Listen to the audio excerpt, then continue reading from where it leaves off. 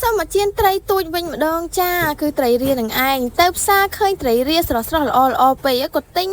5000មកចាបងអូនអើយឡងបានមកកណើដែរហ្នឹងណាចឹងហើយឥឡូវនាងខ្ញុំកំពុងតែរៀបចំប្រឡាក់ហើយចាបងអូនហើយគ្រឿងប្រឡាក់របស់នាងខ្ញុំហ្នឹងមានដូចជានៅក្នុងវីដេអូនឹងឯងចាអំបិលម្រេចអីហ្នឹងចាដោយសារតែនាងខ្ញុំបានដាក់ម្ទេសហុយទេដោយសារតែនាងខ្ញុំចង់ហូបរសជាតិអំបិលម្រេចម្ដងចឹងណាបងអូនចឹងហើយក៏នាងខ្ញុំសម្រេចចិត្តថាប្រឡាក់អំបិលម្រេចម្ដងទៅចាហើយគ្រឿងផ្សំរបស់នាងខ្ញុំហ្នឹងមើលតាមហ្នឹងទៅណាបងអូនមានស្ករសប៊ីចេងអំបិលទឹកត្រីហើយនឹងម្រេចទាំងឯងចាហើយត្រីនាងដែរនាងខ្ញុំទិញមកបន្តិចទេបងអូនអើយមិនហ៊ានទិញមកច្រើនទេដោយសារតែប្រឡាក់ទៅអត់មានពីណាគេហូបទេហូបតែតែឯងអញ្ចឹងខ្លាចសបងអូនអញ្ចឹងនាងខ្ញុំទិញតែ5000មកប្រឡាក់ហូបខ្លួនឯងនឹងឯងដោយសារតែគ្រួសារខ្ញុំគាត់ឲ្យចូលចិត្តត្រីទុយទុយហ្នឹងដោយសារតែខ្ជិលបេះឆ្អឹងអីអញ្ចឹងបងអូនអញ្ចឹងហើយទិញមក5000ប្រឡាក់ហូបតែខ្លួនឯងទៅចាហើយមកហូបគ្រួសារនោះគឺគាត់ហូបផ្សេងទៀតទៅចាអញ្ចឹងមិនថាអូយពិបាកដែរបងអូនអើយពេលយើងធ្វើមកហូបតែខ្លួនឯងចូលចិត្តហូបម្ដងប៉ុន្តែគ្រួសារអត់ចូលចិត្តអញ្ចឹងហើយត្រូវតែមានមកហូបពីមុខនឹងឯងចារត់នៅធ្វើអីមួយមុខទៀតដែលគ្រួសារចូលចិត្តហូបអីអញ្ចឹងបងអូនហើយបើខាងខ្ញុំវិញអត់សូវចូលចិត្តសាច់ប្រហែលទេបងអូនអើយខ្ញុំ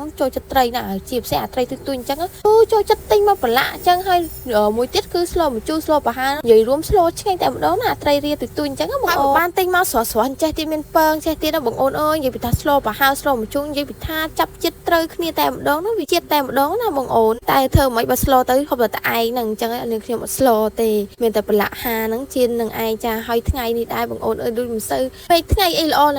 ណាទេដោយសារតែមេសតុំមកបងអូនគឺថាមួយថ្ងៃហ្នឹងព្យុះដល់ពេលអញ្ចឹងហើយព្យុះប្រុសគេមែនបងអូនអត់សូវមានថ្ងៃហាត្រីទេអញ្ចឹងហើយហាអត់បានស្ងួតល្អទេសាច់ត្រីហ្នឹងបងអូនអើយអញ្ចឹងហើយនាងខ្ញុំហាតាមមកស្គាល់មកស្ងួតរៀងកុំអុយ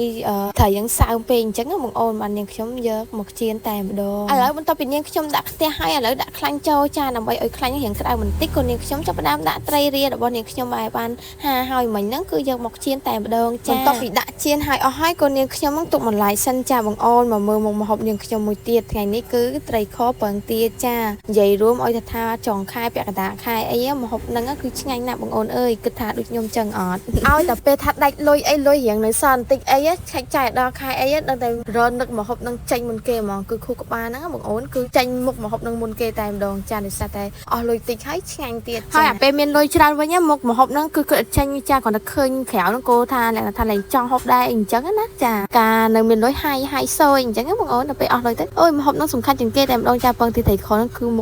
មុខម្ហូបប្រចាំតកូលរបស់នាងខ្ញុំតែម្ដងចាហើយតែនិយាយបងអូនអើយឥឡូវមកមើលត្រីចៀនរបស់នាងខ្ញុំវិញឆ្អិនល្មមចាបន្ទាប់ពីឆ្អិនហើយបងអូនអើយហៀវបាយតែម្ដងចានេះអូយបើមានបាយក្ដៅទៀតហ្នឹងក៏ត្រូវដែរបើបានហូបនៅវាស្រែជុំគ្នាទៀតអូយបងអូនអើយវិចជាមួយស្លឹកចេក